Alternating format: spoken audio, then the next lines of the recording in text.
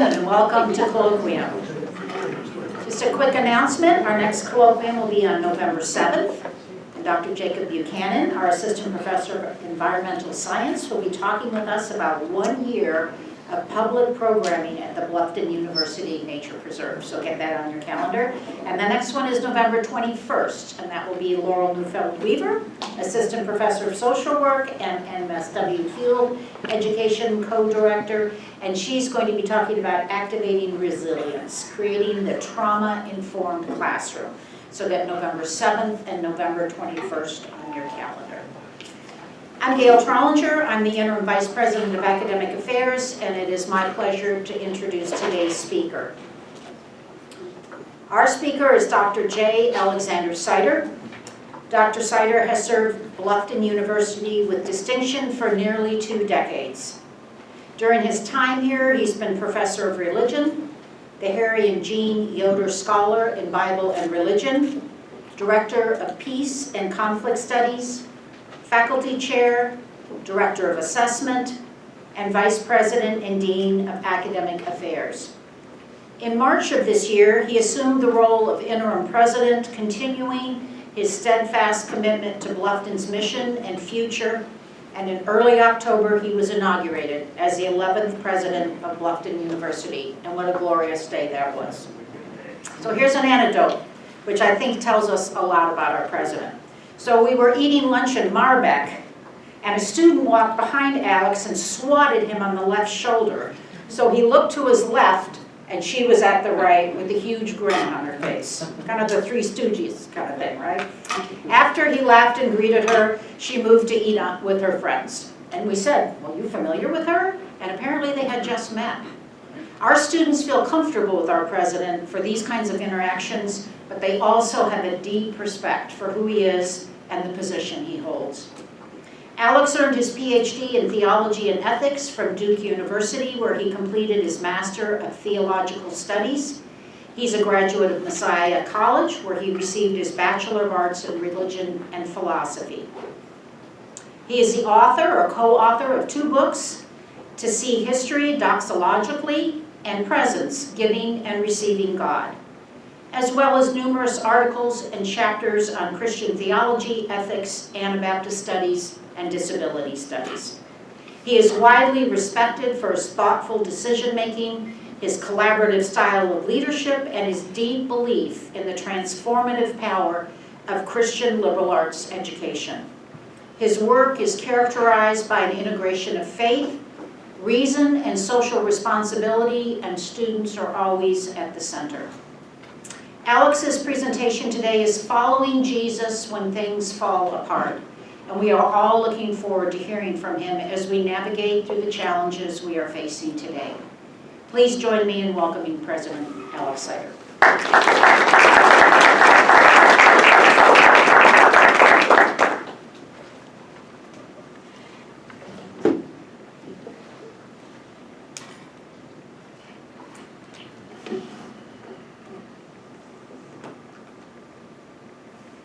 Good afternoon. Thank you, Gail, for the introduction. I presented a version of these reflections this past summer at the Mennonite Church USA Biennial Convention in Greensboro, North Carolina. I was, as Gail said, interim president here then, and it had been an intense few months at Bluffton since I stepped into that role amidst a collapse of plans, imagined futures, and leadership. In that setting in North Carolina, I told the story of walking to school the morning in late February, early March, with the question about Bluffton, how do we follow Jesus now, churning in my mind. I've said it many times that Bluffton is not unique in terms of the challenges before it. Higher education across the country is facing difficult times, but higher ed too is not alone in that. Many of us feel that the world itself is coming apart, that the futures we once imagined for our communities, our nation, even for the global order, are unraveling.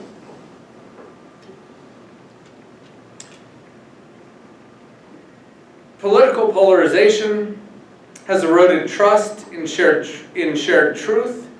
Violence and unjust suffering across the world deepen our sense of disorientation and grief. In an era like this, when our institutions, hopes, and assumptions falter, I find that the question on my mind in late February, how do we follow Jesus now, telescopes out from Bluffton to encompass much of our lives. This, incidentally, is the slide from MenoCon this summer, and the theme of the entire conference was Follow Jesus. I've been helped in reflecting on that question, how to follow Jesus now, not in answering it, mind you, because that sort of question isn't one that you answer and move on from. It's more of a guiding orientation by one of those tiny providential moments that seem so silly as to be almost unbelievable.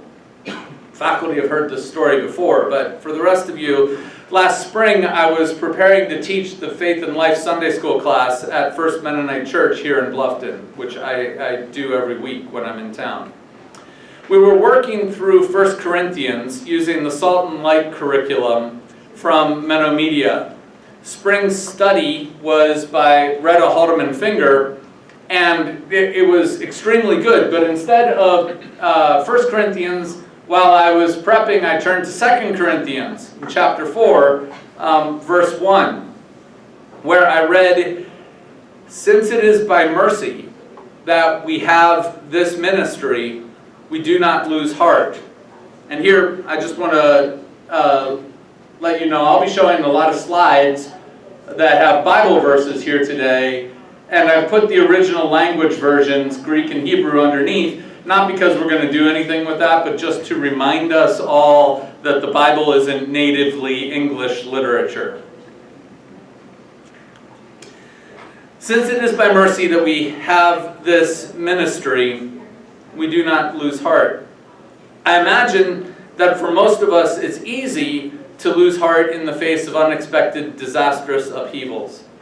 But insofar as we can conceptualize our lives and vocations as ministry, or the Greek word could be translated as service, that is, as for others, then it's stabilizing and inspiring to know that ministry flows from mercy, which is the shape God's power consistently takes in human life. It was certainly inspiring and stabilizing for me. And that brings me to what I want to talk and think through with you today. So what I'm doing here is a synopsis of things that I've been reflecting on honestly since college, and the consequence is that what I have to offer is both sprawling and fragmentary. But I think that there's a through line in our stories, from the personal to the political, and from the mundane to the sacred, about hope in God for our future that demands careful engagement. Because the alternative, which involves falling into cliches and ways of being that are trite, is meaningless at best and harmful at worst. In addition to 2 Corinthians 4:1, I've also been helped in thinking about this and these topics by a 2006 book by the Jewish philosopher and psychoanalyst Jonathan Lear, who died earlier this year. I'm giving you a picture of my cover of the book, which is called Radical Hope: Ethics in the Face of Cultural Devastation.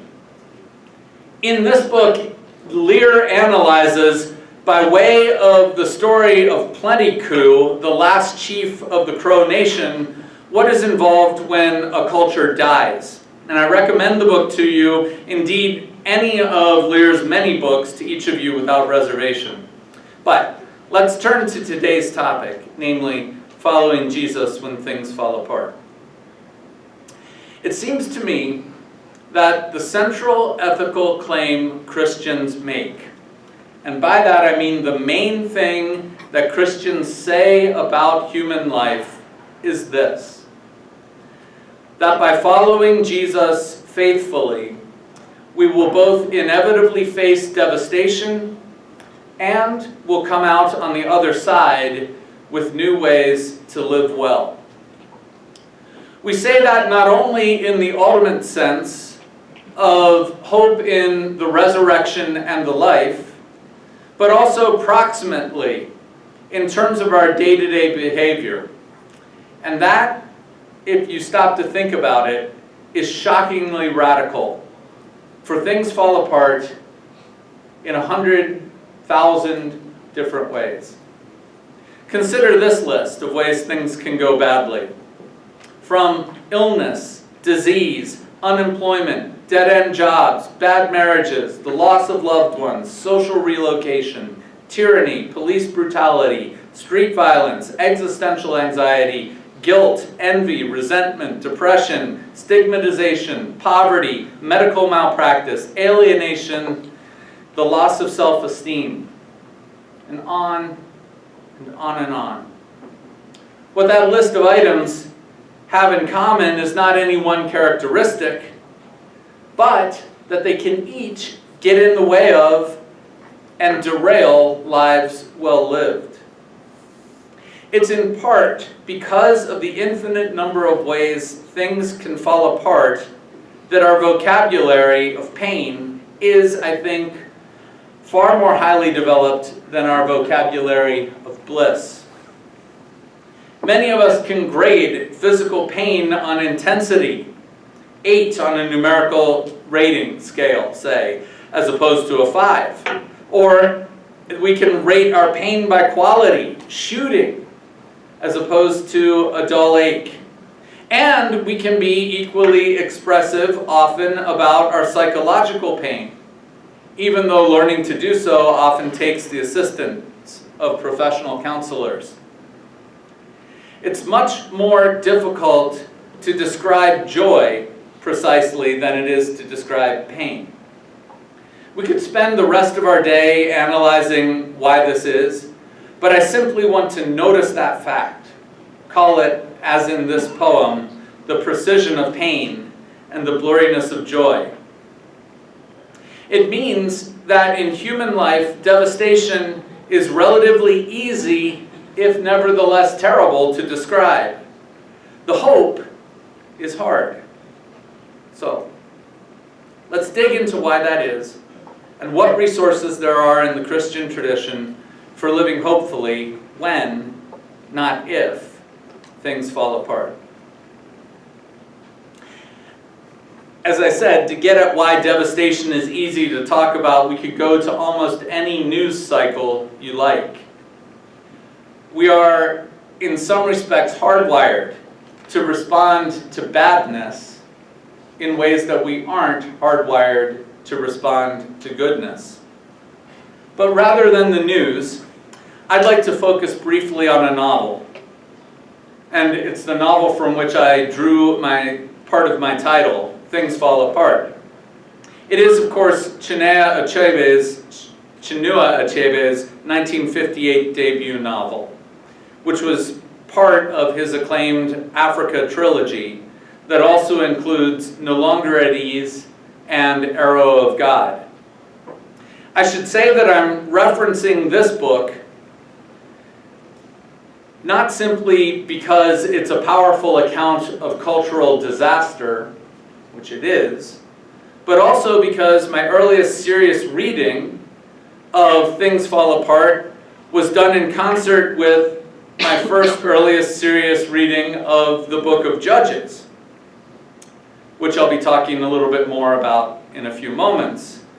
But that pairing wasn't accidental. Instead, it was under the instruction of one of my college Bible professors, Dr. Terry Brensinger. And I'll draw upon his approach to the book of Judges in a few moments. But as an aside, let me make a short plug for his commentary on the book of Judges, which is available from Herald Press in the Believers Church Bible Commentary Series. Anyhow, while I drew my title for my talk from Achebe. Achebe drew his from the William Butler Yeats poem you see on the screen here, entitled The Second Coming, which speaks of a world spinning out of control. At the end, at the end of the third line of the poem, things fall apart. The center cannot hold.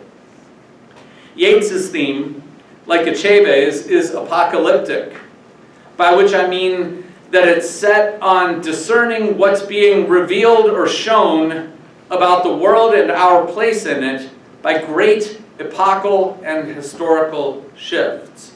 For the students out there, I guess for everyone, just remember that apocalypse in Greek means to be revealed. It doesn't mean disaster. Okay? But apocalyptic literature is always looking at what is being revealed about us, about God, about the way the world is through epochal shifts and often through disasters. Yeats wrote in the aftermath of a disaster, World War I, and in the collapse of the Protestant ascendancy in Ireland. And Achebe wrote in the aftermath of a disaster as well, we might think of as anticipating an unfolding disaster. He wrote on the cusp of Nigerian independence, and he wrote about the questions, the new questions raised by the new realities of post-colonial experience. Set in the late 19th century in colonial Nigeria, Things Fall Apart follows the story of Okonkwo, a prominent clan leader in the village of Umuofia, as he struggles against both the encroaching forces of British political and religious imperialism and against the lingering shame of his father's legacy, a man he viewed as lazy and irresponsible. Driven by a relentless pursuit of strength and status, Okonkwo rises to prominence and is entrusted with the care of Ekemefuna, a boy from a rival clan given to Umuofia as part of a peace settlement. When the clan oracle decrees that the boy must die, Okonkwo delivers the fatal blow, fearing that showing mercy would be seen as weakness. Later, he accidentally kills a fellow clansman and is exiled with his family for 7 years as punishment. During his exile, colonial influence deepens in Umuofia. Missionaries convert many villagers, including Okonkwo's own son, Nwoye, and undermine the tribe's traditions. Upon his return, Okonkwo finds his village transformed, and its people hesitant to resist colonial domination. When he kills a colonial messenger in an act of defiance, he hopes to inspire rebellion, but the villagers' inaction reveals that their will to fight has vanished. In despair, Okonkwo takes his own life. His friend, Obierika, grieving and angry, confronts the colonial official, saying, "That man was one of the greatest in Umuofia. You drove him to kill himself, and now he will be buried like a dog." Achebe's novel draws a tragic symmetry between Okonkwo's downfall and the collapse of Igbo culture. Both are casualties of colonialism and the transvaluation of values imposed by missionary Christianity and capitalist expansion. But beneath the tragedy lies a set of questions Achebe returns to throughout his trilogy. What kind of people are necessary to help a culture navigate devastation? And further, can a culture enduring devastation produce the kind of people necessary to help see it through? In biblical literature, These questions also animate the book of Judges. If you've read through Judges, you might not think of it as terrifically relevant to the task of following Jesus, full as it is of flawed heroes, violence, spiraling dysfunction. I'd like to make a case, though, for caring about Judges as disciples of Jesus, because one of the chief ways that Scripture teaches is by negative example. That is, you learn how to be by studying how not to be. The stories compiled in the book of Judges are set during the Amphictyonic period in the history of ancient Israel, while the loose confederation of Israelite tribes without a single political or cultic center vied with its neighbors for control of the territory of Canaan. Scholars often consider the book of Judges to reflect the events and conditions of the Late Bronze Age during the 12th century BCE, when major empires and city-states in the eastern Mediterranean region, including the Hittite Empire and the Egyptian New Kingdom, collapsed and fell apart virtually overnight. Centuries after that Bronze Age collapse, Israelite stories of spirit-empowered heroes from that period were edited into the book of Judges as we have it now. That probably happened in the context of the collapse of the kingdom of Judah in the 6th century BCE. That destruction at the hands of the Babylonian Empire and the subsequent deportation of many Israelites from Canaan prompted biblical writers of the period to draft a theological response to their cultural devastation. We know this response as the Deuteronomistic history, or the section of the Hebrew Bible, Old Testament, comprised of Joshua, Judges, 1st and 2nd Samuel, and 1st and 2nd Kings. So please understand, as I talk about the book of Judges, that it is made up of stories from one period of cultural collapse, collected and retold in the context of another period of cultural collapse. The narrative arc of Judges is driven by a repeated pattern that Terry Brensinger, whom I referred to earlier, calls the Judges cycle. The pattern is paradigmatically set forth in Judges chapter 3, verses 7 through 11, which recounts the story of Israel's first judge, Othniel. The Israelites did what was evil in the sight of the Lord, forgetting the Lord their God and serving the Baals and Asherahs. Therefore the anger of the Lord was kindled against Israel, and he sold them into the hand of King Cushan-Rishathaim of Aram-Naharaim. And the Israelites served Cushan-Rishathaim 8 years. But when the Israelites cried out to the Lord raised up a deliverer for the Israelites who delivered them, Othniel, son of Kenaz, Caleb's younger brother. The Spirit of the Lord came upon him, and he judged Israel. He went out to war, and the Lord gave King Cushan-Rishathaim of Aram into his hand. And his hand prevailed over Cushan-Rishathaim. So the land had rest 40 years. Then Othniel, son of Kenaz, died. The pattern, or Judges cycle, is set forth in the story as follows. The Israelites do evil in the sight of the Lord. The Lord hands them over to a foreign oppressor. The Israelites cry out to the Lord. The Lord raises up a deliverer. The deliverer frees the Israelites from the foreign oppressor, and the land has rest. Throughout chapters 3 through 16 of the book of Judges, this cycle repeats, but with an increasing breakdown, so that by the time the reader reaches the story of Samson in chapter 13, the Judges cycle is nearly unrecognizable. The story of Samson begins with the statement that the Israelites again did what was evil in the sight of the Lord, and the Lord gave them into the hands of the Philistines for 40 years.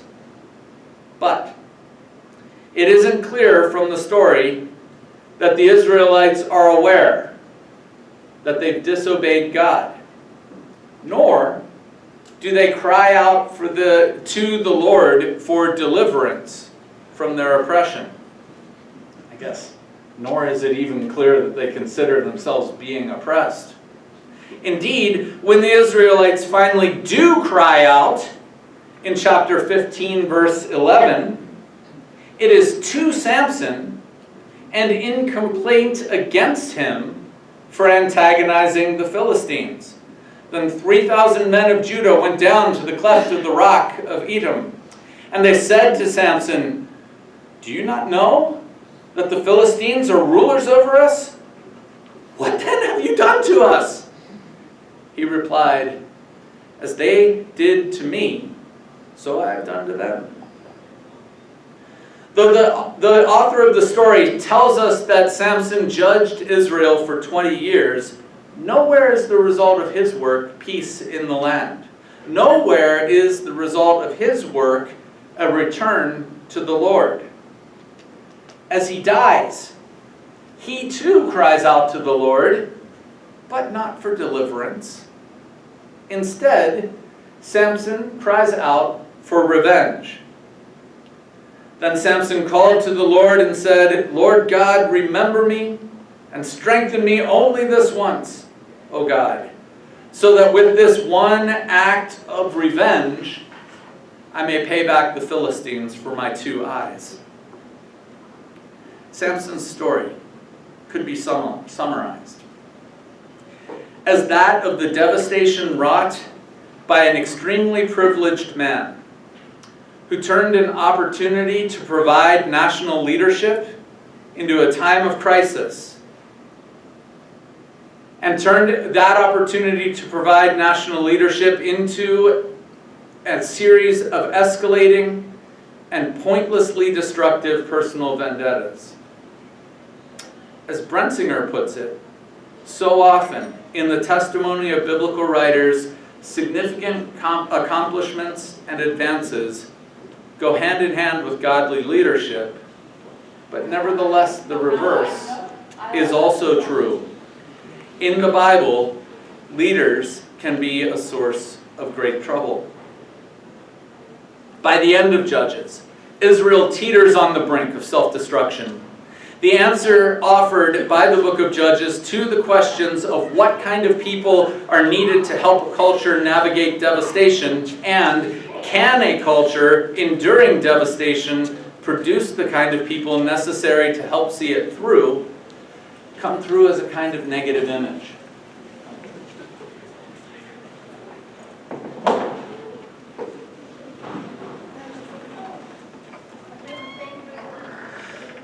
What cultures navigating devastation need is not people like Samson. That is, not charismatic strongmen who routinely confuse personal gain with leadership and cultural tragedy with personal affront. Can a culture enduring such devastation produce the people necessary to see it through? The Deuteronomists, the editors of Judges, commentary on the question is quite pointed. At this time there was no king in the land. Each one did as they saw fit in their own eyes. It's a bleak picture with only the faintest glimmer of hope. A future king who can unify the society and provide justice in the land. But in the context of the Bible, even that hope is bitter, since the Lord of Israel was to be the only king and God alone. Next, I'd like to turn to the Gospel of Mark. It's not perhaps as easy to see the Gospel of Mark as a story about collapse as it is in the case of Achebe's novel or the book of Judges. But it's important to recognize that each of the Gospels of the New Testament was written in a context of cultural devastation.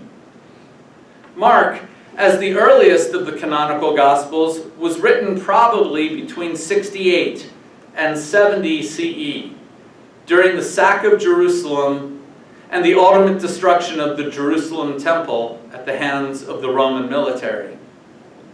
Like Achebe, who wrote on the eve of Nigerian independence but set his story decades earlier, like the authors of Judges, who wrote in the aftermath of the Babylonian conquest but set their stories centuries earlier, the author of Mark looks backward to interpret the present. Unlike Achebe's Okonkwo or Judges' Samson, however, Mark's telling of the story of Jesus both paints a picture of the kind of person necessary to navigate things falling apart and suggests that a culture falling apart can indeed produce the people necessary to see it through. The narrative arc of Mark is set by its opening verse, the beginning of the good news of Jesus Christ, and many ancient authorities add the Son of God. From that point on, the reader of the Gospel knows the answer to a question virtually every character in the story asks. Who is Jesus? Is he a healer, a prophet, an exorcist, a religious charlatan, a Messiah, a dangerous insurgent? Reading Mark carefully involves exploring and testing for adequacy the answers that the characters give in the Gospel to this question about Jesus' identity. He's not just a healer. He's like, but not only like a prophet. He isn't a religious pretender, though we can appreciate the Pharisees' skepticism. Nor is he a Messiah, if by that you expect a conquering hero, and so on. As many commentators have noticed, the characters in the Gospel who come closest to identifying Jesus in the terms set by the Gospel's opening are the evil spirits that Jesus exorcises and the Roman centurion present at his crucifixion. It's a genius way to explore answers to the question, what kind of person is necessary to help a culture through when things fall apart? The answer presented by the Gospel is a person like Jesus, the Son of God.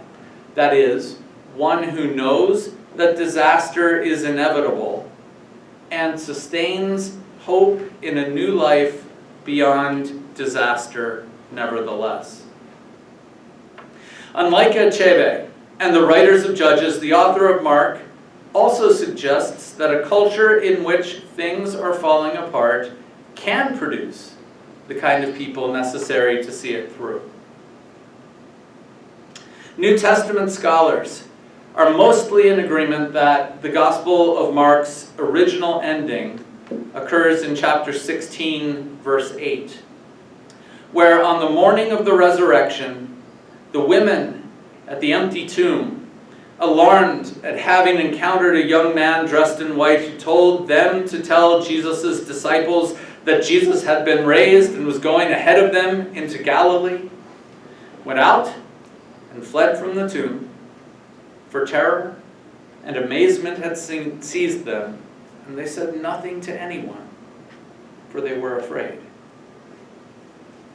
And while the women must eventually have told the story, it's instructive for our purposes to consider that the answer a reader of the Gospel of Mark will give to the question, what kind of people help a culture survive collapse, is not just people like Jesus, but more importantly, people who have the courage and hope to tell Jesus' story.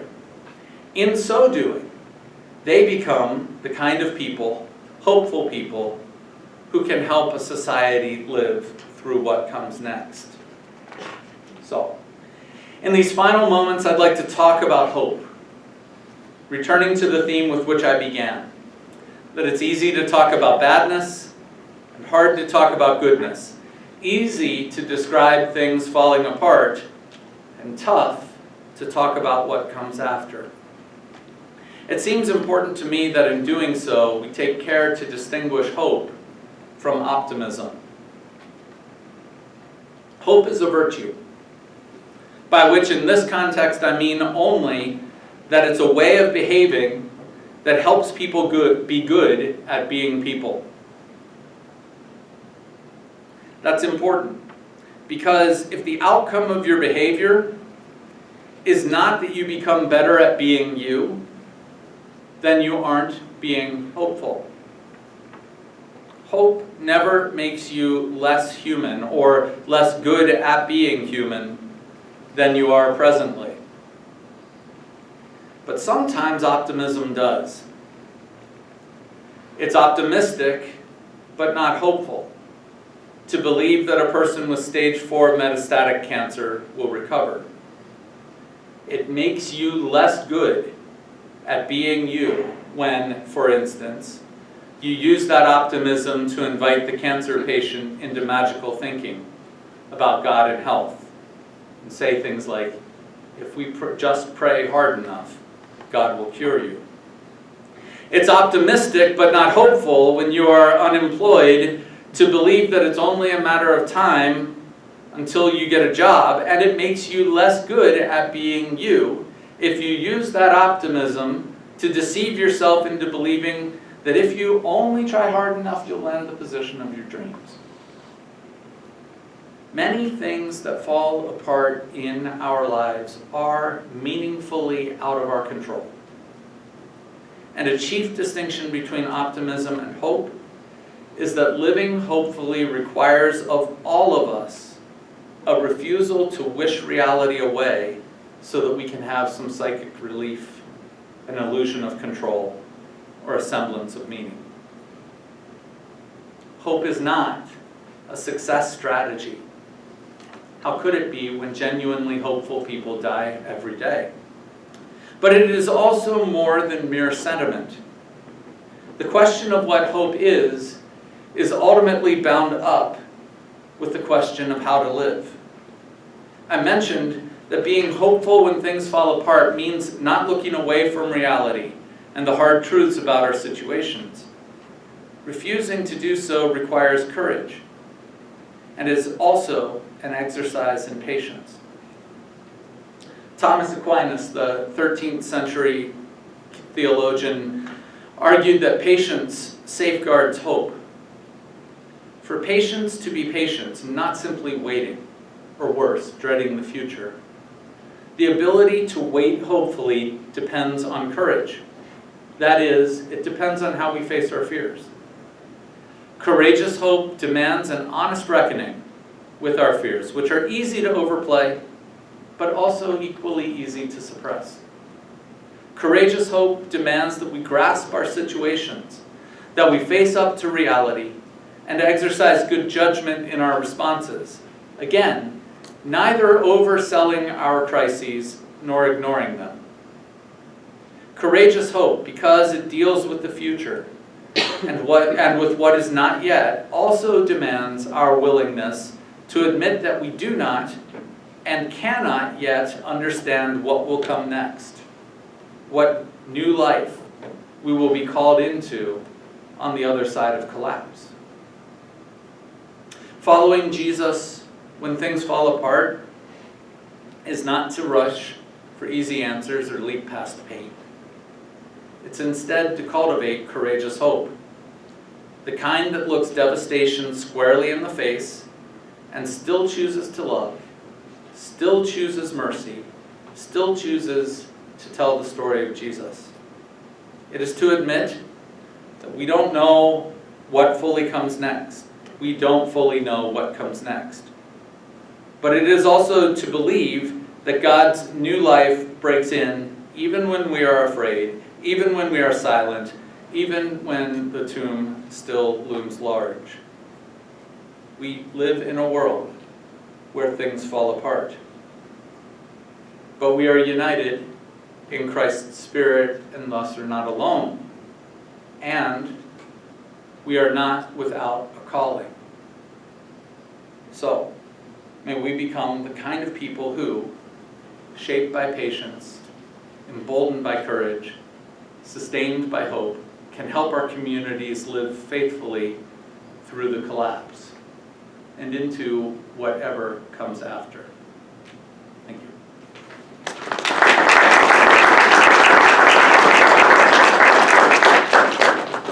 We have time for questions.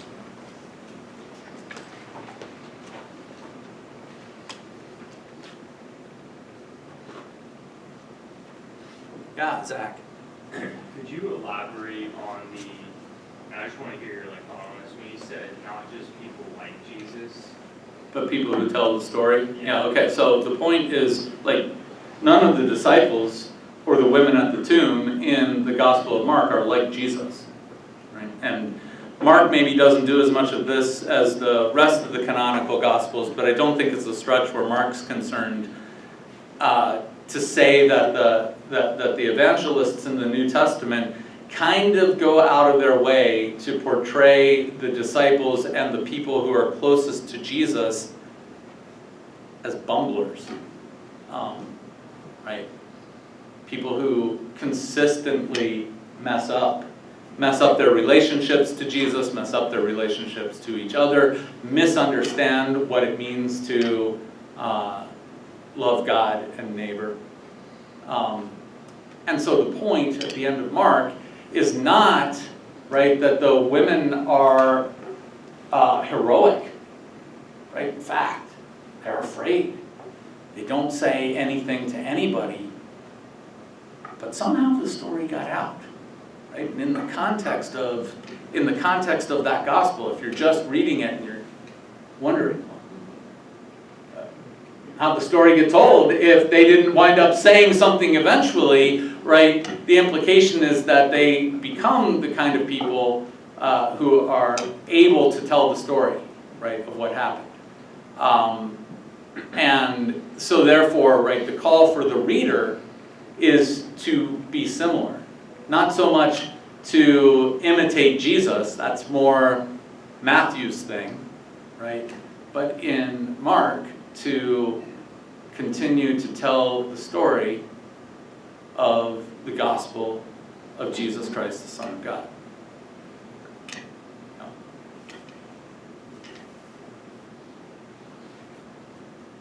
Gerald. When I hear the language of what kind of people, I think, of course, immediately of Stanley Hauerwas. That sounds like a question that Hauerwas would raise. But Hauerwas then is interested in sort of the concrete ways in which the church and its institutions have failed to make that kind of a people, or whatever kind of people we're talking about, but in this case, a people of hope. And so I wonder if you could give some examples of ways that, I guess you could go either way, ways in which the church has failed, ways in which even our university has failed as a church college, or ways in which you see us preparing people, this kind of a people, as a church institution or as a church.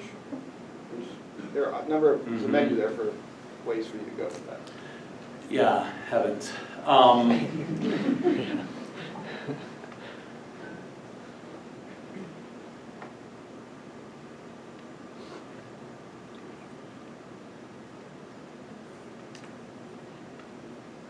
Let me maybe start at the college level.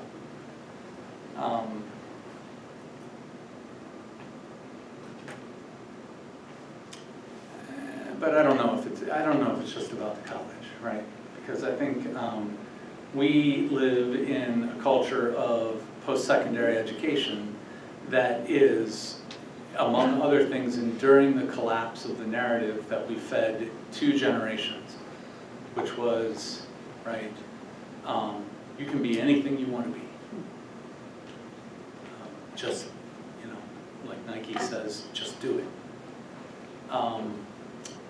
And waking up in the aftermath of a economic collapse in 2008 through 2011, into the kind of large-scale institutional collapse that followed on the pandemic, to the reality that many 18 to 22-year-olds experience, which is, no, I can't, right? So that people are extremely aware at a very young age of limits and of how, right, their dreams are being, reshaped or undone. And so, not to toot our own horns, right? But this is one of the things that's so fundamentally important about strengths-based education and about things like Odyssey planning. That, right, what we do as a college when students get here is to say to them, yeah, you're coming to us with that narrative breakdown, right? But you're probably also still kind of clinging on to it. Oh, my parents told me I can be anything I want to be. I know it's not quite true, and hey, we're really struggling hard to manage the money.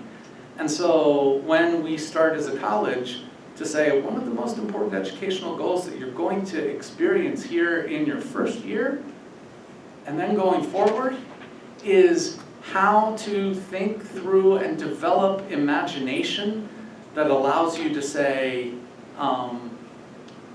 yeah, that dream collapsed. What else?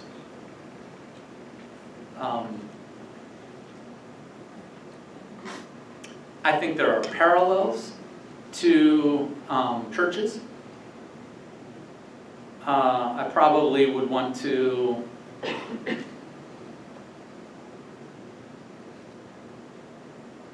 be a little more considered before I talked about them. Yeah. Jeff, So, when that topic came up over the years, I would ask students, do you believe that you can be whatever you want to be? And they would say, well, yes, yes. And I would say, well, how come I'm not in the NBA? Which always kind of, nobody had a really good answer for that. you didn't try hard enough, Jeff. I didn't try. My parents didn't feed me right, whatever. And I don't know, so that seemed to lead, sometimes at least, to the kind of question that you were just raising, or the kind of response that you were just talking about, where, okay, well, there are realistic limits, but within those, what can we do? And how do we figure out how, what's the best thing we can do? And so again, one of the things I really like about Odyssey planning, but also about strengths-based education, is that it isn't that the next thing is worse, right? It's not settling. It's living hopefully. Yeah. Brad, did you have a question? Yeah, I find myself getting in the circular reasoning on hook versus optimism, for instance. It's a cognitive trap for me. But I appreciate what you're exploring. I'm finding places where they're finding optimism the way you find hope, and vice versa.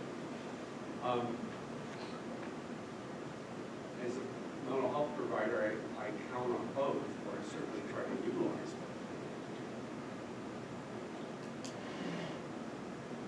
The idea of having hope in the face of death, in the face of something imminent and hard and unavoidable. Do you think we only come to that through the spiritual? I don't know that we only come to it through the spiritual, but I do think that, okay, so one, this is in the biblical tradition a lot. It's in the Christian tradition. It's also in Plato. It's also in the Crow Nation.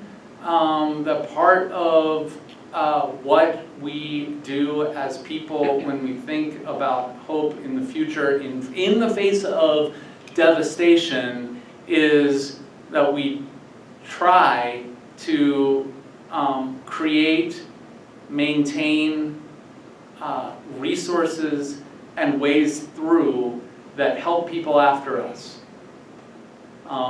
So that it's not simply about personal perdurance through death, so much as it is about the recognition that even in the face of devastation,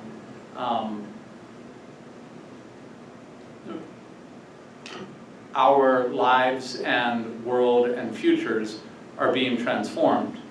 And so you have to absolutely stress the point that in medias res, you have no idea what that looks like, right?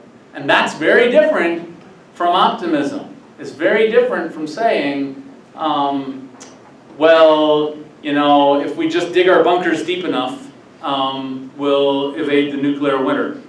That's maybe a bad metaphor, but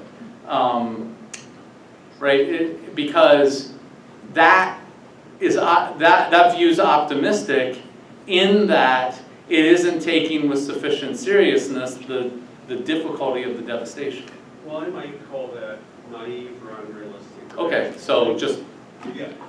when I say if you want to say I'm not really distinguishing between hope and optimism, I'm distinguishing between naive optimism and decent optimism, fine. Reality. Yeah. Marathon. So when I find myself in the midst of devastation, like usually the other emotion, like I'm looking for hope, but like white hot rage is also there. And so I'm curious about holding those, right, productively. They don't, like, do you see them as conflicting? Like, just reflect on, I'm curious what your reflections on that.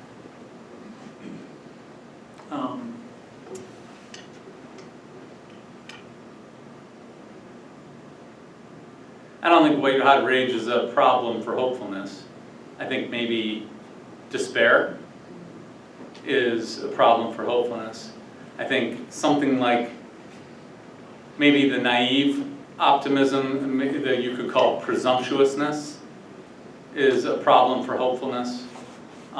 But it would be, one of our temptations, and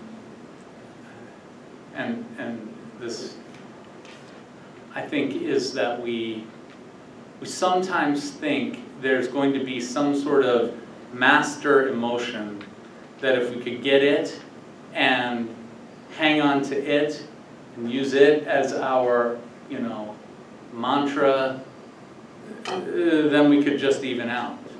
And that certainly is extremely useful in a lot of situations, but I don't think that we should think that to the exclusion of saying that hope can't coexist with a lot of really irascible emotions.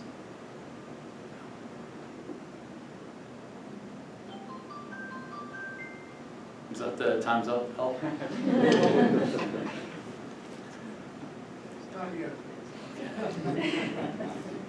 Well, thank you. Oh, I'm sorry. Yeah? Oh, good. Thank Brad for bringing up the naive optimism because we've been talking about this a few times since convention and Alex first gave this talk. I thought that is challenging. So this makes sense. This makes better sense. Yeah, my dissertation was on 2 different theories of optimism. Oh, interesting, yeah. I couldn't let it go. Yeah, I think the thing that when I say we have to be realistic about the challenges that we face, and then say that hope is not optimism, fundamentally what I'm meaning is something like optimism in this sense treats those challenges unrealistically. When you take it and you put it in the context of life and death, the cancer patient. In the cancer patient, is that what you said? The cancer patient. Mhm. I can see saying in the person about having hope in the face of that. It is much harder to say optimism. And so I think that takes it to that limit for me. And I say that because I have sat down with people to have that discussion. And never an easy thing, but you hope, well, you hope they have hope. Yeah, that when I was in grad school, I worked for a physician at Duke whose career was made on studying the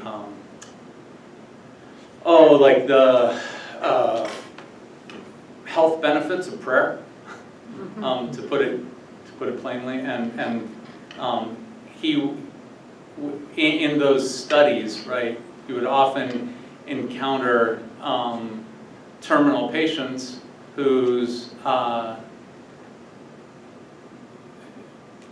he was reticent about saying, hey, you know, you're kind of praying badly, because, right, the spiritual practice was at least having a placebo effect, if not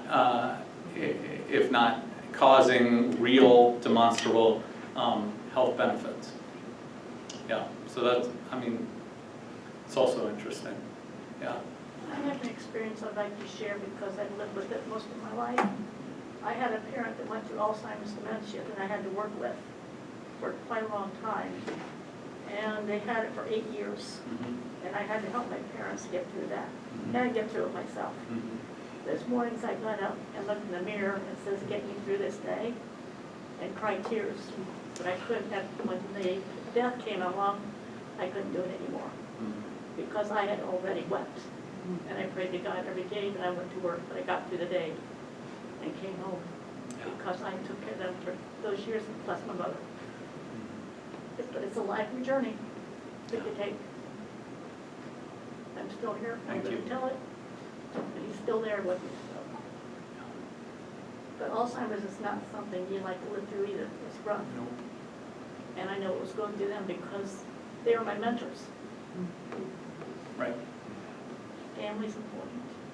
And that's the hope that I always had, that who knows what our life's going to be like. But the Lord will follow through it. But I know cancer is another, because we've had 2 of them this past year that have gone through cancer, and they're doing well. But the Lord's helping get us through that.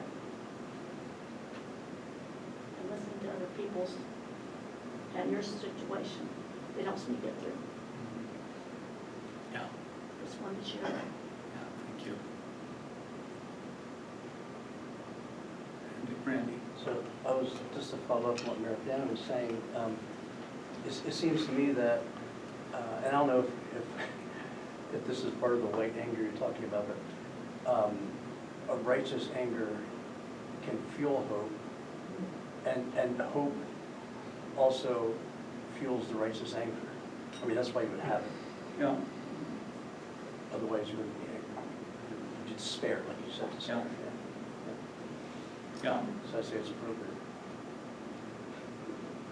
Yeah, I'm not that, I agree. I mean, one of the interesting things is that when Thomas Aquinas talks about courage, right, he says hope and anger are both species of courage. But the right kind of anger, and so they can both be, in his viewpoint, virtuous if they're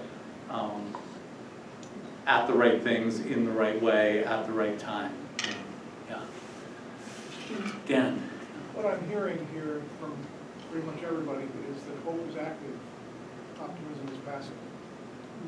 There's the trite old saying, the optimist believes we live in the best of all possible worlds, and the pessimist fears that this is so. Yeah. But that's, both of those attitudes are passive. Yeah.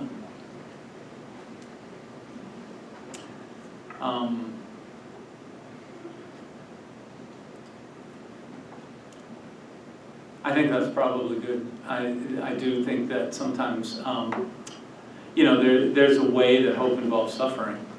In that respect, it's patient to passive to an outside force, right? But that may be, I might be worrying too much about Latin. Yeah. All right. Anything else? Thank you. Thank you all.